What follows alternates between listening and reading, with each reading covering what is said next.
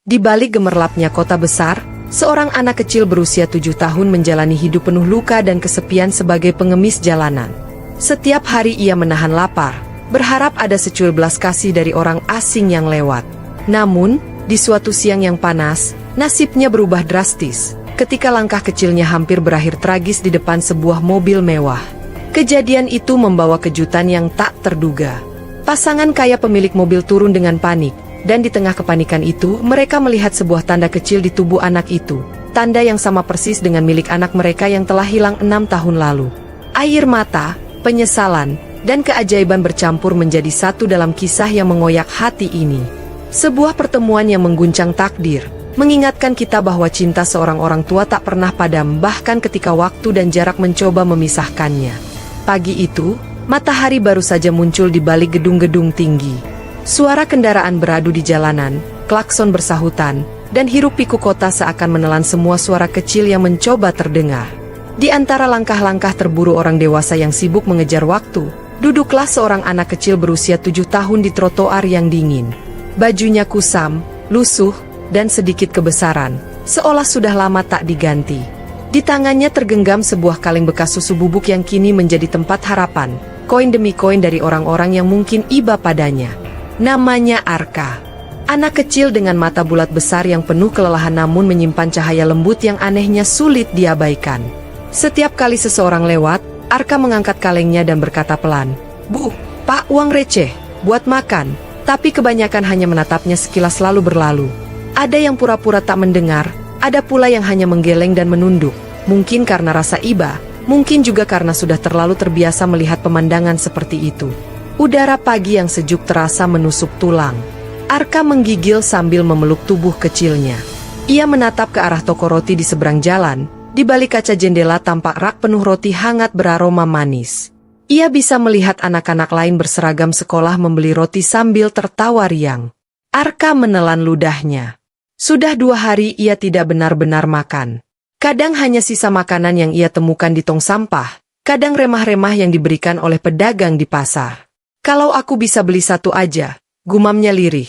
Suaranya hampir tenggelam oleh bising kendaraan. Ia menatap kaleng di tangannya. Hanya ada 3 keping koin logam kecil. Belum cukup untuk membeli sepotong roti. Tapi harapan kecil di hatinya belum padam. Ia tahu, kalau hari ini sabar sedikit lagi, mungkin ada seseorang yang berhenti dan memberinya uang lebih. Arka menarik napas panjang, mencoba tersenyum meski bibirnya pecah-pecah. Di dekatnya, seorang pengamen tua memainkan gitar dengan senyum ramah.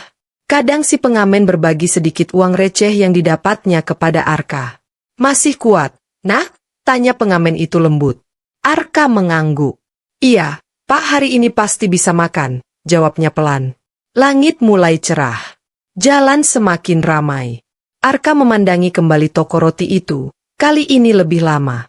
Ia menatap roti bulat besar di etalase, dan entah mengapa, tiba-tiba matanya berkaca-kaca.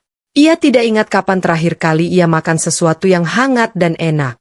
Di tengah lamunannya, sebuah angin kencang berhembus. Kertas kecil beterbangan dari tangan seseorang dan jatuh di dekat kakinya. Arka menoleh spontan, lalu melihat sepotong roti jatuh di jalan seberang. Roti yang baru saja dibeli seseorang dan kini tergeletak di aspal. Anak kecil itu tertegun, menelan ludah sekali lagi. Ia tahu roti itu kotor, tapi rasa lapar sudah menguasai pikirannya. Ia menatap kanan-kiri, melihat kendaraan yang melaju cepat.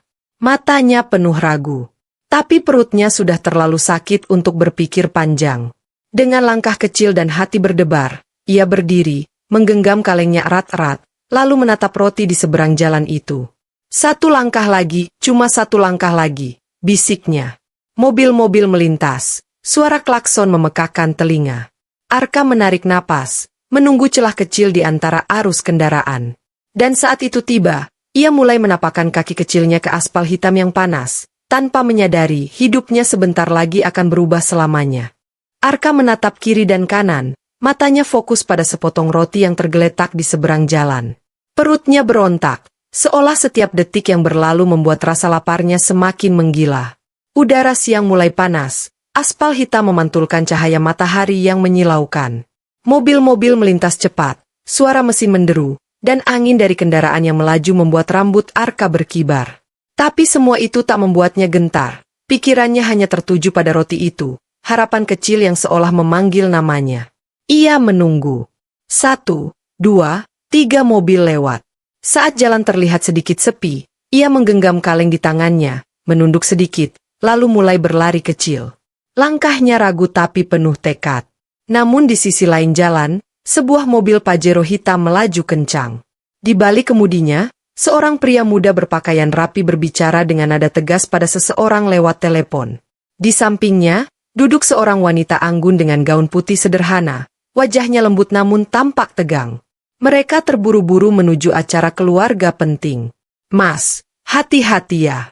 Jalannya rame banget, ucap si wanita, menatap keluar jendela. Iya, sayang, tenang aja. Aku cuma mau cepat sampai, jawab sang suami sambil tersenyum sekilas. Di luar, Arka sudah hampir sampai ke tengah jalan. Ia berlari pelan, kaleng di tangannya bergemerincing menimbulkan suara yang nyaring di antara deru mesin. Tapi tiba-tiba, sebuah klakson panjang menggema dari arah kanan.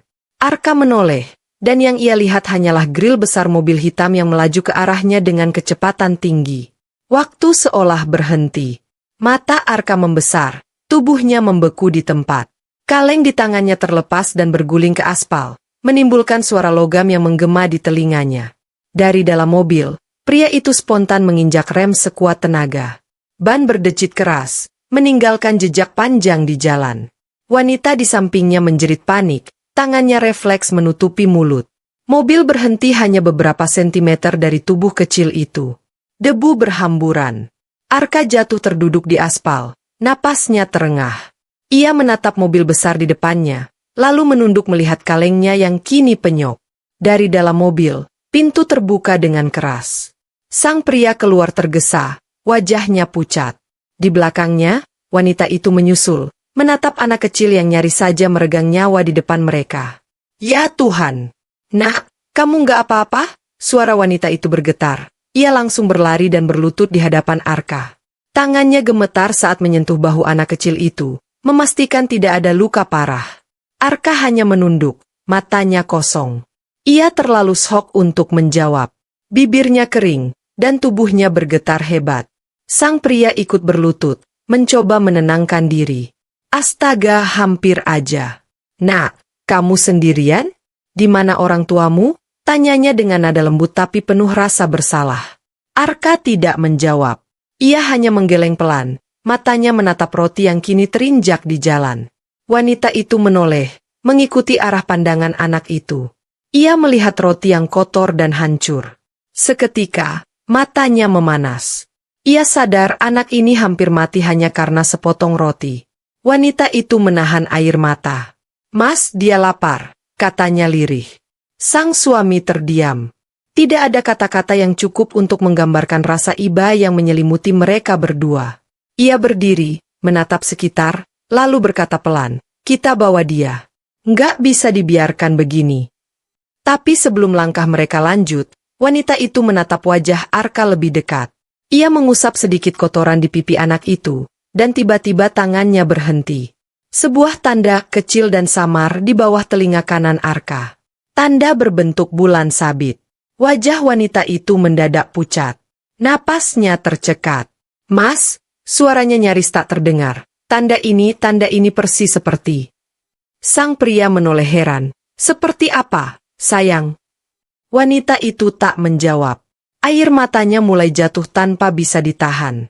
Tangannya gemetar menyentuh pipi anak itu lagi, memastikan ia tidak salah lihat.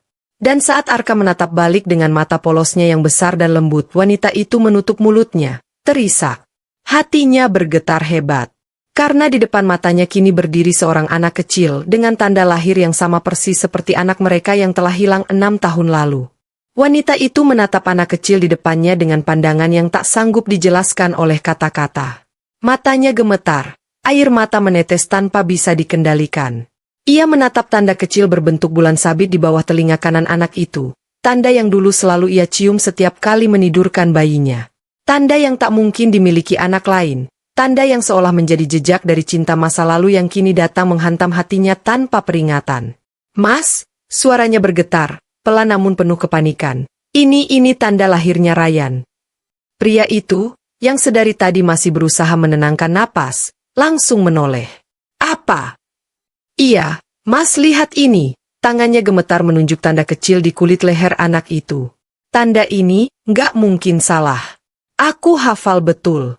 Ini tanda yang sama persis kayak Ryan. Pria itu mendekat, wajahnya tegang.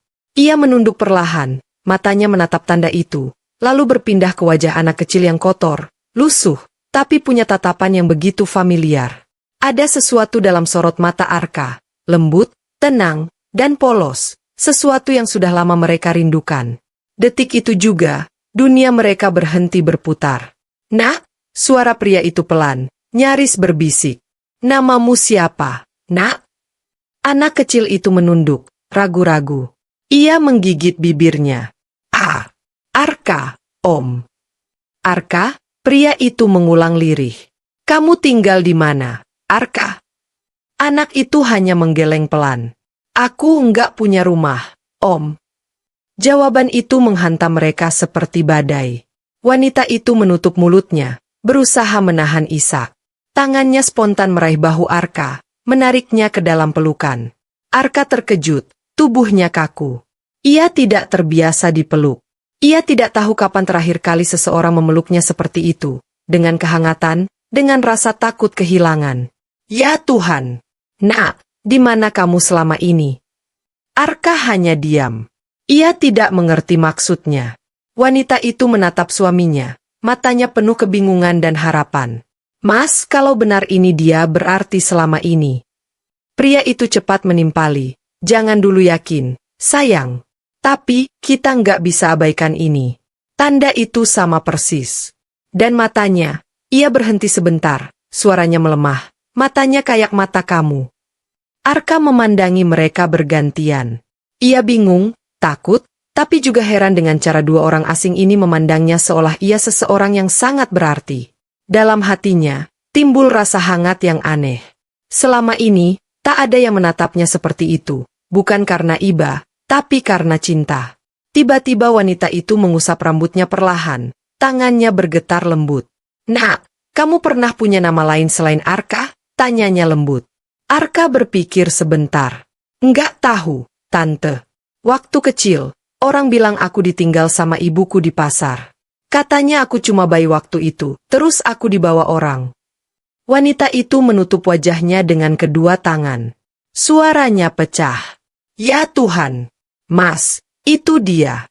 Waktu Ryan hilang, dia baru 1 tahun. Orang yang nyulik dia kabur keluar kota. Ini nggak mungkin kebetulan. Pria itu menarik napas dalam. Ia tak tahu harus bicara apa. Jantungnya berdebar kencang. Ia mendekat, berjongkok di depan anak itu. Arka, katanya lembut, boleh Om lihat pergelangan tanganmu? Arka menatapnya bingung, tapi menurut. Ia mengulurkan tangan kirinya. Pria itu menatapnya lekat-lekat, dan di sana, tepat di pergelangan tangan kecil itu, ada bekas luka tipis berbentuk garis melengkung. Luka lama. Luka yang sama dengan yang dulu dimiliki bayi mereka setelah jatuh di sisi tempat tidur saat belajar berdiri. Pria itu terpaku. Wajahnya tegang. Lalu tanpa sadar ia menatap istrinya dengan mata berkaca-kaca. Sayang, ini dia. Suaranya pecah. Ini anak kita. Tangis wanita itu langsung pecah seketika. Ia memeluk Arka erat-erat, menatap langit dengan air mata bercucuran. Arka diam di pelukan itu, kebingungan. Tapi perlahan ia merasakan sesuatu yang belum pernah ia rasakan sebelumnya. Rasa hangat yang menenangkan. Rasa seolah-olah ia sudah lama sekali menunggu pelukan ini. Kenapa Mama baru nemuin kamu sekarang? Bisik wanita itu di telinganya. Arka menatap wajahnya, berusaha tersenyum kecil. Aku enggak punya Mama, Tante. Wanita itu memeluknya lebih erat. Suaranya bergetar. Sekarang kamu punya. Sekarang kamu punya Mama lagi. Di sekitar mereka, kendaraan mulai berhenti. Orang-orang menatap heran. Tapi bagi mereka bertiga, dunia seolah lenyap. Yang tersisa hanyalah pertemuan ajaib antara kehilangan dan keajaiban, antara seorang anak jalanan dan dua hati yang hancur, kini dipertemukan kembali oleh takdir yang tak terduga. Sore menjelang, matahari perlahan turun ke barat, memantulkan cahaya keemasan di antara gedung-gedung kota. Mobil Pajero hitam itu kini berhenti di pinggir jalan, di depan sebuah taman kecil. Angin berhembus lembut, tapi suasana di dalam mobil terasa berat, penuh perasaan yang berputar antara haru, takut, dan tak percaya. Arka duduk di kursi belakang, menatap keluar jendela. Ia memegang sepotong roti yang baru saja dibelikan wanita itu, wanita yang kini duduk di sampingnya sambil terus menatapnya, seolah takut jika anak kecil itu akan menghilang lagi jika ia memalingkan pandangan. Pria di kursi depan mematikan mesin mobil, lalu menarik napas panjang. Sayang, kita harus pastikan dulu. Kalau memang dia Ryan, kita harus tahu semuanya. Wanita itu mengangguk pelan, tapi air matanya masih menetes. Ia membelai rambut Arka dengan lembut. Mas, aku nggak butuh tes apapun. Aku tahu ini anak kita. Arka menatapnya bingung. Tante, kenapa tante nangis terus? Wanita itu tersenyum samar, suaranya gemetar. Karena tante Mama senang banget bisa ketemu kamu. Senang. Arka memiringkan kepala kecilnya. Aku nggak ngerti. Gak apa-apa, nak, nanti kamu ngerti, jawabnya sambil menghapus air matanya dengan ujung jari. Di dalam hati wanita itu, kenangan lama mulai muncul satu persatu. Kenangan yang selama ini ia pendam dalam-dalam karena terlalu menyakitkan untuk diingat. 6 tahun lalu. Malam itu, hujan deras mengguyur tanpa ampun. Di dalam rumah besar di kawasan elit Jakarta, pasangan muda itu, Rendra dan Nadine, baru saja menidurkan bayi laki-laki mereka yang baru berusia 1 tahun. Bayi itu mereka beri nama Ryan, bayi mungil dengan mata bulat besar dan tanda lahir berbentuk bulan sabit di bawah telinganya. Rendra saat itu sedang menyiapkan dokumen kerja di ruang tamu, sementara Nadine sibuk di dapur membuat susu hangat. Di rumah itu, ada satu orang yang mereka percayai sepenuhnya, Siti, pengasuh muda yang sudah bekerja dengan mereka sejak Ryan lahir. Namun malam itu, segalanya berubah. Ketika Nadine kembali ke kamar bayi, tempat tidur Ryan kosong. Gorden berayun pelan, jendela terbuka. Hanya tersisa boneka beruang kecil di lantai dan suara hujan deras di luar. Tidak, Aak. Ryan! Teriak Nadine dengan histeris. Rendra berlari naik, mendapati istrinya menangis sambil memeluk boneka anak mereka. Mereka mencari ke seluruh rumah, tapi Siti dan Ryan lenyap tanpa jejak. Mobil tua Siti juga hilang dari garasi. Hanya surat kecil tertinggal di meja dapur, bertuliskan, "Maafkan saya terpaksa. Saya butuh uang. Tolong jangan cari saya." Polisi dikerahkan. Berbulan-bulan pencarian dilakukan. Foto Ryan tersebar di berita dan media sosial. Tapi hasilnya nihil. Seolah anak itu hilang ditelan bumi. Hari-hari berlalu menjadi tahun. Nadine jatuh sakit karena stres. Rendra berusaha kuat tapi hancur dalam diam. Hingga akhirnya, setelah 6 tahun mereka berhenti berharap. Tapi di dalam hati kecil Nadine, doa itu tak pernah padam. Kini, doa itu dijawab dengan cara yang tidak pernah mereka duga. Anak kecil yang mereka temukan di jalan, dengan wajah lusuh dan kaleng penyok di tangan, adalah Ryan, anak yang selama ini mereka kira telah pergi selamanya. Rendra menatap Arka dari kaca spion. Nak, kamu ingat sama seseorang bernama Siti? Arka terdiam sebentar. Siti, iya, dulu waktu aku kecil, ada Ibu Siti. Dia suka nyuruh aku ngamen, katanya biar bisa makan. Ngamen? Rendra menatap Nadine. Wajahnya menegang. Berarti dia benar-benar dibawa kabur sama pengasuh itu. Arka menunduk. Tapi, waktu aku umur 5, Ibu Siti sakit, terus meninggal. Setelah itu aku sendirian. Sunyi. Hanya suara napas tertahan dan detak jantung yang berat.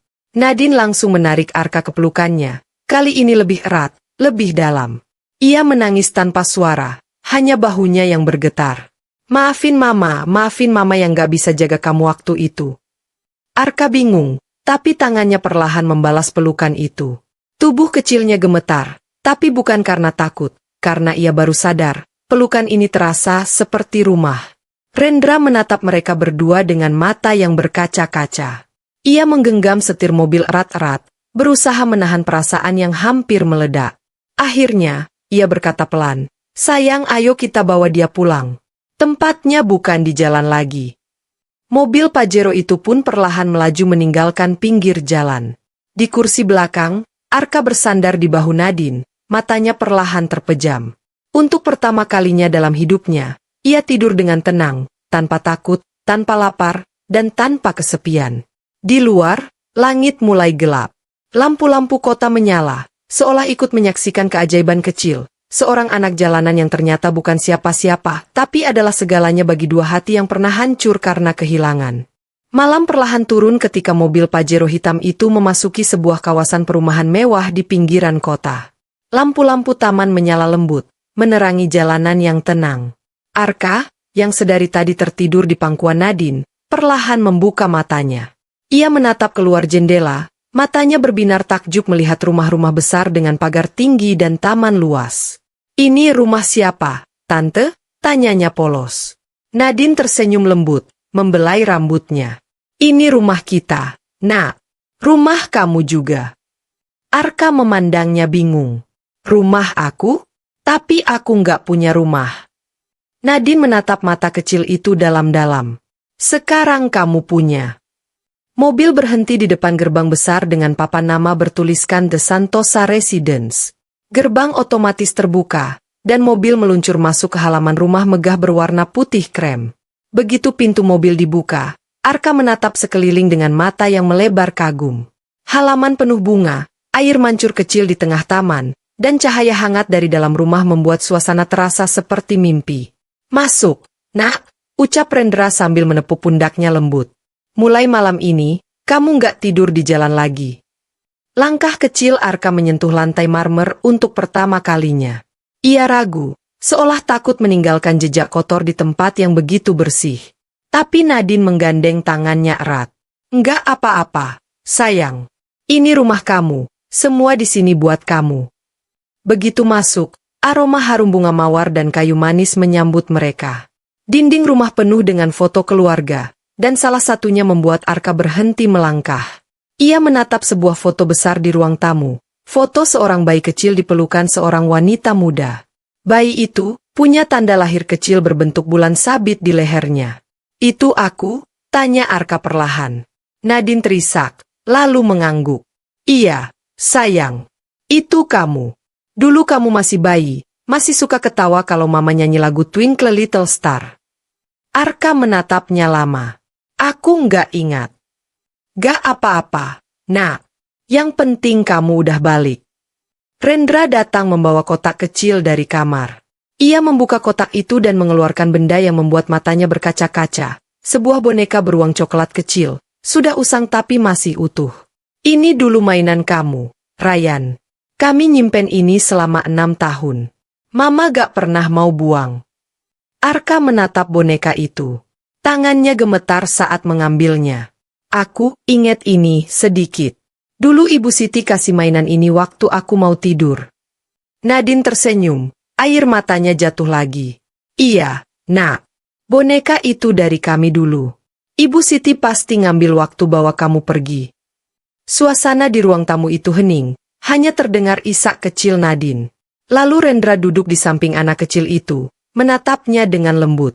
"Ryan," katanya perlahan, "kamu tahu nggak, selama ini Papa dan Mama nyari kamu kemana-mana. Kami nggak pernah berhenti doa." Arka menatapnya, matanya berkaca. "Papa?" Suaranya lirih, ragu. Rendra menatapnya dengan senyum yang lembut, penuh kasih. "Iya, Nak. Papa." Dan di detik itu, sesuatu dalam diri Arka retak, bukan karena sedih, tapi karena tembok dingin di hatinya mulai runtuh. Ia memeluk Rendra tiba-tiba, dengan tubuh kecilnya yang gemetar, lalu berkata pelan di dada pria itu, "Aku kangen, entah kenapa aku kangen banget." Rendra menutup matanya, menahan tangis, memeluk anak itu lebih erat. "Papa juga kangen, Nak. Papa kangen tiap malam." Malam itu, rumah yang selama 6 tahun terasa sunyi akhirnya kembali bernyawa. Tawa kecil terdengar di ruang makan ketika Nadine menyuapi Arka makanan hangat. Ia tersenyum lebar, seolah baru pertama kali merasakan nikmatnya makan tanpa takut. "Enak banget, Ma," katanya polos. Nadine tertawa di sela air matanya. "Maaf ya, dulu Mama telat nemuin kamu." Arka menggeleng cepat, wajahnya serius tapi manis. "Nggak apa-apa, Ma. Tuhan udah bikin kita ketemu lagi." Rendra menatap mereka dari seberang meja, senyumnya perlahan mengembang. Untuk pertama kalinya dalam 6 tahun, ia merasa rumahnya kembali hidup, bukan karena harta, bukan karena kemewahan, tapi karena cinta kecil yang hilang kini kembali mengisi ruang kosong di hati mereka. Di luar, angin malam berhembus pelan melewati taman. Lampu-lampu rumah berpendar hangat, menandai awal baru bagi keluarga kecil yang dulu terpisah oleh nasib, tapi dipersatukan kembali oleh takdir. Pagi datang dengan sinar lembut yang menembus jendela besar rumah keluarga Santosa. Aroma roti panggang dan susu hangat memenuhi udara. Di meja makan, Nadine sibuk menata piring, sementara Rendra membaca koran sambil sesekali menatap tangga, menunggu sosok kecil yang kini sudah memenuhi hidup mereka dengan tawa baru. Langkah kaki kecil terdengar. Arka, atau kini Ryan, turun perlahan dengan baju bersih, rambut disisir rapi, dan senyum yang tak pernah benar-benar ia miliki selama hidup di jalanan. Di punggungnya tergantung tas sekolah kecil berwarna biru laut yang baru dibelikan Nadine malam tadi. Pagi, pagi. Pak, sapanya riang. Nadine tersenyum haru melihatnya. Pagi, sayang. Lihat deh, anak mama ganteng banget sekarang. Rendra meletakkan korannya, tertawa kecil. Iya dong, anak papa harus rapi. Siap sekolah pertama kali hari ini. Ryan mengangguk semangat. Siap. Aku mau belajar baca sama nulis biar bisa bikin surat buat mama. Nadine spontan menatapnya, matanya memerah. Surat buat mama. Iya, biar nanti kalau aku besar, mama bisa baca kalau aku kangen. Hening sejenak. Rendra menunduk, pura-pura mengaduk kopinya untuk menyembunyikan matanya yang mulai berkaca. Nadine hanya bisa mengangguk, menahan perasaan yang meluap terlalu deras. Boleh, sayang. Mama tunggu suratnya, ya. Rendra berdiri, berjalan ke arah anaknya, lalu merapikan kerah bajunya.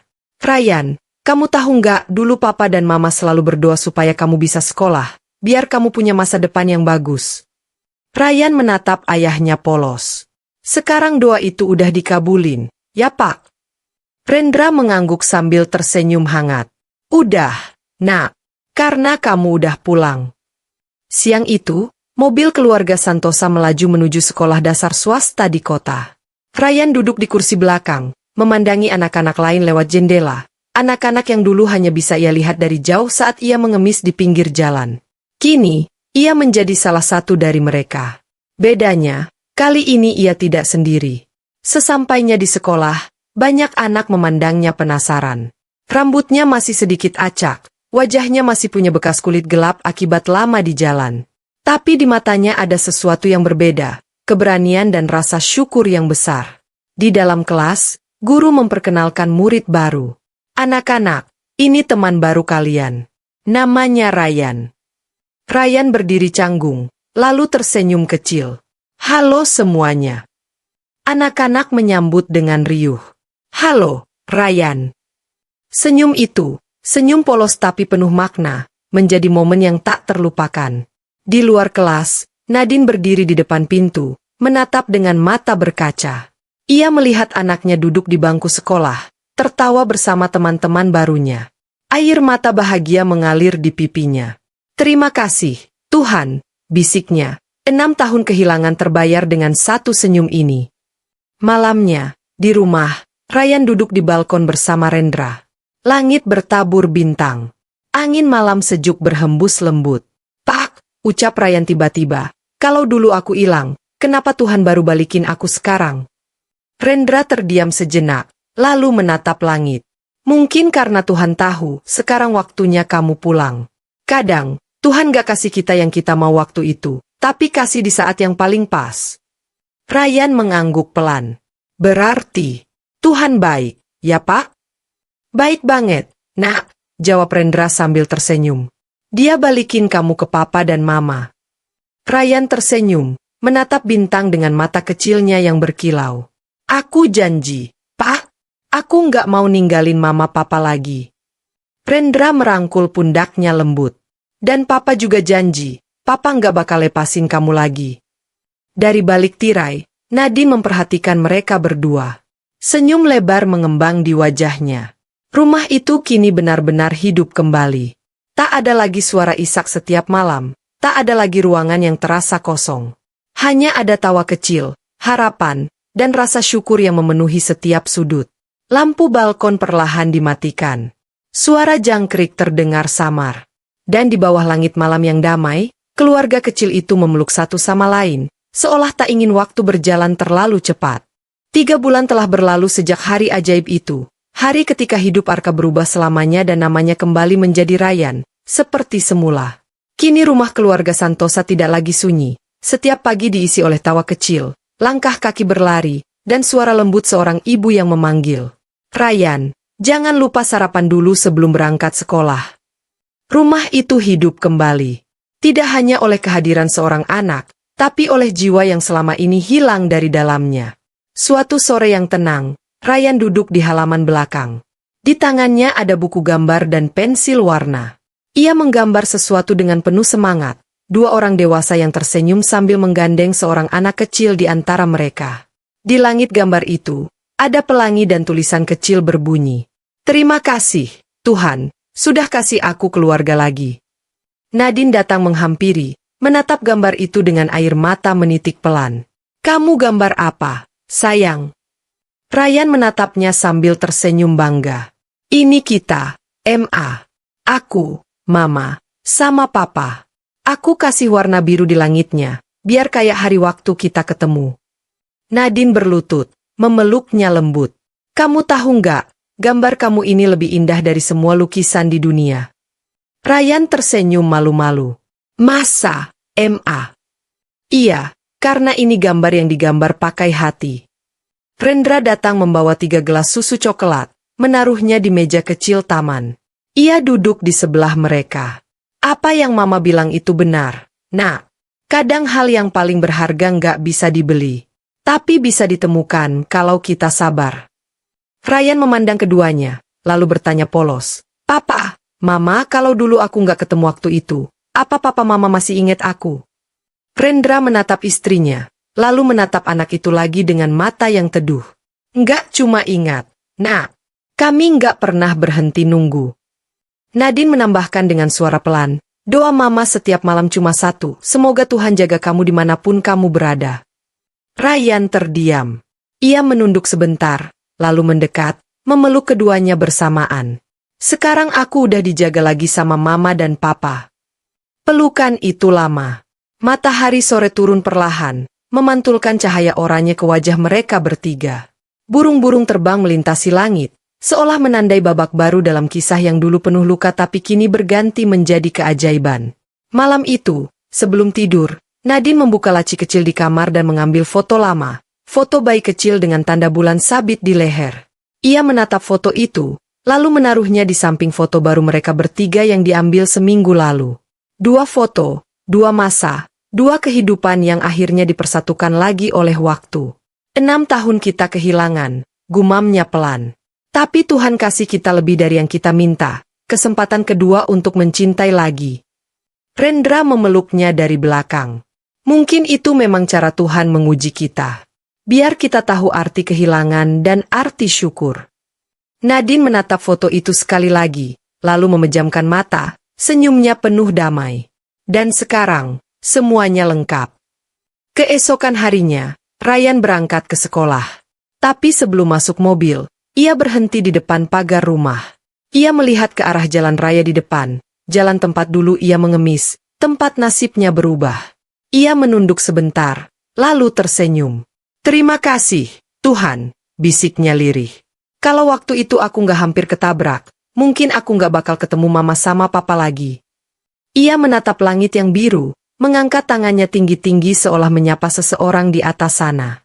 "Sekarang aku janji, aku mau jadi anak yang baik. Aku mau bahagiain mereka kayak mereka udah nyelamatin aku." Mobil pun melaju pelan meninggalkan rumah, dan di kaca belakang, bayangan Ryan kecil terlihat melambai dengan senyum yang tulus. Senyum seorang anak yang dulu kehilangan segalanya, tapi kini memiliki semua yang benar-benar penting. Keluarga, kasih sayang, dan tempat untuk pulang.